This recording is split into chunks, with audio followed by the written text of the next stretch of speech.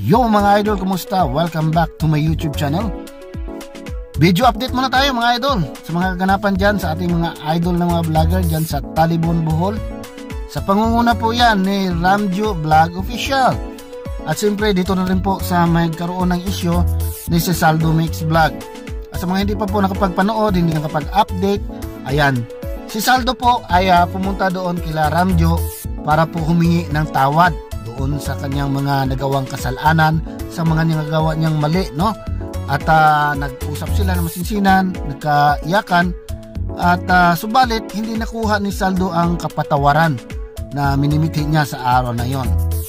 Ayun, so umuwi si Saldo, gumawa po siya ng kanyang video, humingi siya ng lahat ng kapatawaran doon sa lahat na nang involved dito sa nagawa niya. At siyempre humingi na rin po siya ng pangunawa at kapatawaran sa mga viewers, taga-subaybay sa YouTube.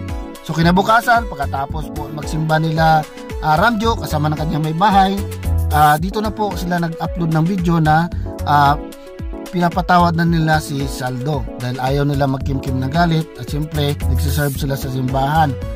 Kasabay na rin po sa araw na yan ay umuwi po o dumating po ang kanilang bigating sponsor na si Eric Incabo kasama ng kanyang may bahay. Nagkaroon po sila ng kaunting kainan, handaan, at siyempre mayroong pabigas sa Ramjo Vlog, sa Ramjo family. At kung nakikita nyo, masaya sila dyan, naghahanda, nag-uusap, nagkaipon-ipon, ayan, nagkaroon na ng sigla ang family ng Ramjo Fam. Siyempre nandyan po sila Jones TV, yung partner niya si Master Dan, nandyan na rin po si Master Ramil sa Kamaring Master Vlog, si Katik, si Idol Katik nandyan, si Kajep, Jeep Mix Vlog, nandyan din si Idol Tungki, at siyempre ang pagbabalik ni Idol Tata nandyan na rin, at nandyan din si Saldo Mix Vlog sa area na yan. So sa pangunguna po ng kanilang sponsor na si Eric Incabo, kinausap po sila, in-advisean.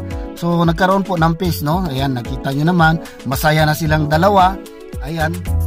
At siyempre, dahil sa sobrang tuwa ni Saldo, nakita niya si Tata, dahil matagal din silang hindi nakita. Ayan, nagyakapan sila, nagkabiroan.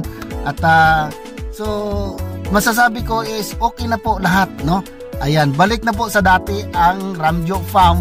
At sa masasabi ko, wag na po tayo maggagawa ng kasiksiraan, no? Kung magko-comment man tayo, dapat good vibes lang po tayo.